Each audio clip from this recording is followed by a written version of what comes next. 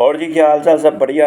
मैं हूँ राम प्रकाश गौतम और आज जो एक्सपीरियंस का एपिसोड हम चलाते हैं अपने अनुभव की, तो आज संडे है, फुर्सत में हम आज आपसे इसके बारे में चर्चा करेंगे कि हम लोगों में जो ईगो हो जाती है ना, चाहे वो दौलत की हो, शोहरत की हो, डिग्री की हो, ये ईगो हम लोगों को बहुत ज़्यादा दिक्कत करती है। तो आज इस एपिसोड में रियल स्टोरी बताऊंगा जो मैं मार्केट में, फील्ड में फील करता हूँ, वो चीज़ें आप लोगों के साथ शेयर कर रहा हूँ। पिछले करीब 2 साल से मेरा एक बैंक है नेहरू प्लेस में, वहाँ पे एक फॉरेक्स में मैडम है, मैनेजर है फॉरेक्स में। उनके साथ काम को लेके मेरा अक्सर, अब आदतन मेरे भी सवाल करने के ज़्यादा हैं। स्कूल में टीचर भी कहते थे कि क्वेश्चन बैंक है तुम राम प्रकाश। तो अक्सर मैं सवाल पूछता था, तो जब भी होता था मेल उस बैंक के एमडी तक को भेज देता था। निश्चित ही मैंने अनुभव किया कि वो मतलब बैड फील तो करते होंगे, और अब एंडिंग है उस बैंक के साथ रिलेशनशिप। तो मैंने सोचा लास्ट में एक बार उनसे मिलूं। एक्चुअली उन्होंने इनडायरेक्टली मुझे सपोर्ट किया, आरबीआई के थ्रू मुझे रिकॉर्ड्स मिला, तो मुझे लगा कि मुझे उनको थैंक्स कहना चाहिए। उन्हीं के कारण ये सब हुआ। अगर वो नहीं कहते तो आरबीआई को मैं रीड नहीं करता। नोटिफिकेशंस आजकल मैं आपको यूट्यूब चैनल पे भी, या व्हाट्सएप ग्रुप्स में भी, टेलीग्राम पे भी, फेसबुक पे भी, सारे के सारे आपको मेरे पोर्टल पे मिल जाते हैं आरबीआई के अपडेट्स। इस सब का रीज़न वही थे, उन्हीं को रिप्लाई करने के लिए मैं रीड करता था। हुआ क्या कि हम लोग सीए, यूपीएससी, पीसीएस, इन तमाम चीज़ों का, एसएससी, इन तमाम चीज़ों की जो तैयारी करने लगते हैं और पढ़ने लगते हैं, तो हमें लगता है कि हम बहुत ही नॉलेज हो गया। और ये भी सच है कि जो प्राइवेट बैंक वाले होते हैं उनके पास नॉलेज की कमी होती है। उसका क्या रीज़न है समझिएगा। गवर्नमेंट एम्प्लॉई, स्टेट बैंक का एक क्लर्क भी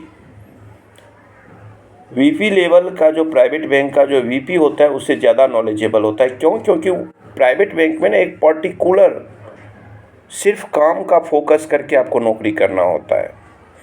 सरकारी बैंकों में या किसी भी सरकारी इंस्टीट्यूशन में नौकरी पाने के लिए आपको सारे सब्जेक्ट को रीड करना पड़ता है। जबकि प्राइवेट नौकरी करने के लिए, जैसे इंटरव्यू मैं ही लेता हूँ, अकाउंट्स का इंटरव्यू, अगर किसी बच्चे को मैं कुछ और पूछ दूँ तो वो नहीं बता पाएगा। वो कहेगा आप मुझसे क्या काम करवाओगे, आप मुझसे अकाउंटिंग करवाओगे, या आप मुझसे पूछोगे अशोक किस शासन में था, किस सन में था, किस ईस्वी में था, प्राचीन इतिहास में था कि मध्यकालीन इतिहास में था। अगर मैं पूछ दूं तो उन्हें पता नहीं होगा। तो वही चीज़ होता है प्राइवेट में भी। एमबीए किए आगे, मैंने ओशो को बहुत पढ़ा है, बहुत साहित्य पढ़ा है। तो मैं जो दिन भर काम करता हूँ ना, उसको रात में बैठ के एक बार रियलाइज़ करता हूँ कि क्या मैं गलत किया, क्या मैं सही किया, आज जो बिहेव मैं किया क्या वो किसी को हर्ट किया कि नहीं।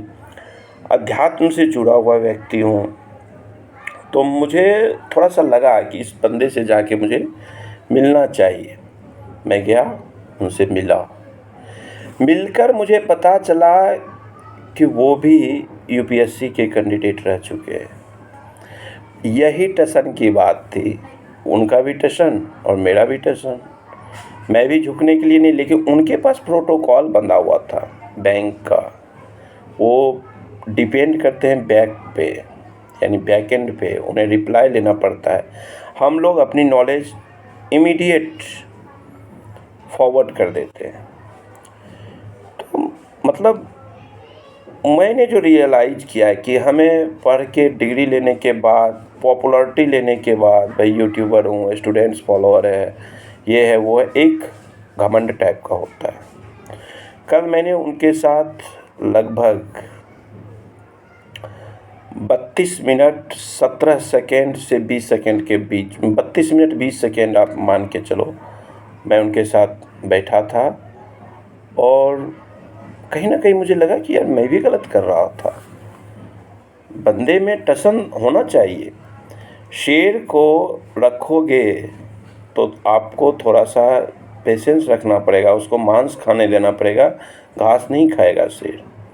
तो वो चीज़ मुझे लगा और ये एक बहुत अच्छी स्टोरी है। इससे सीखिए कि कोई भी चीज़ प्रोटोकॉल के दौरान में तो आप करिए, क्वेश्चन आस्क करिए अगले से, लेकिन अगले को ये भी पूछना पड़ेगा आपको, उसके बारे में जानने की कोशिश करिए। कई बार क्या होता है कि हम लोगों को जानकारी नहीं मिलती है तो हम जान नहीं पाते हैं, और थर्ड पर्सन उस पर्सन के बारे में, आप मेरे बारे में किसी से पूछिए, कहेगा खड़ूस आदमी है, गंदा आदमी है, बेकार आदमी है, डांटते रहता है ना, तो वो सबके साथ है। तो हमें ये चीज़ थोड़ा सा ध्यान रखना चाहिए। और ओशो ने भी कहा है कि प्रेम से आप किसी को भी झुका सकते हैं, प्रेम से आप किसी को भी झुका सकते हैं, और नफ़रत से नफ़रतें और बढ़ती ही हैं। कृष्ण ने भी शायद यही कहे हैं, मैं गीता पढ़ा नहीं हूँ, तो कृष्ण जी का भी यही कहना है मोटा मोटी अगर जाने तो नफ़रत फैलाने से बेहतर है किसी से मोहब्बत करिए, रिगार्ड्स करिए और सम्मान करिए। तो जहाँ तक हो अगर कहीं पे भी, जो मैं एक्सपीरियंस लिया कल वाली बातों से, कि मेलबाजी कम करके किसी भी पर्सन से, जहाँ आपको एक दो ऑफिशियल पर्सनली जैसे मर्जी हो ज़िंदगी जिए, ऑफिशियली आपको क्या करना है कि जब भी कहीं बातें बढ़ने लगे ना, इमीडिएट उस पर्सन से मिलिए, तुरंत मिलिए। हो सकता है मिलने से ना बहुत चीज़ें डाउन हो जाती हैं, बहुत पॉइंट्स का कोई बात नहीं होती है, ऐसे बात होती है घर की, समाज की, देश की, लेकिन उसी बात को करके आप उस व्यक्ति की मेंटलिटी को जानते हैं, आपकी मेंटलिटी को वो जानता है, आपकी कैपेबिलिटी कैपेसिटी को वो जानता है।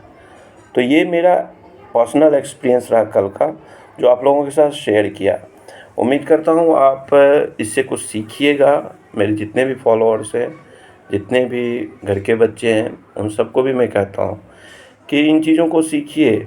डिग्रियाँ दिक्कतें करती हैं, नॉलेज उसके लिए नहीं होना चाहिए जिसके लिए हम लोग आजकल कर रहे हैं, ठीक है। तो कभी भी बात बढ़े तो इमीडिएट पर्सन से रूबरू होइए।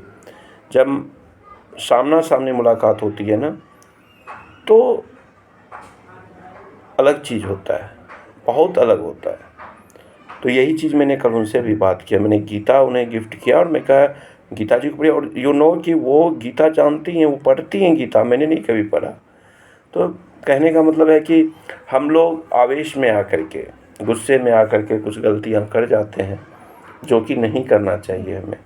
और एक्सपीरियंस लीजिए, लोगों से इमीडिएट कम्युनिकेट करिए। मेल पे अगर कोई बात ना हो तो मिला ज़रूर करिए, चाहे किसी भी सेक्टर में आप हैं। तो चलिए इस वीडियो को हम ख़त्म करते हैं। थैंक यू, बाय बाय, जय हिंद।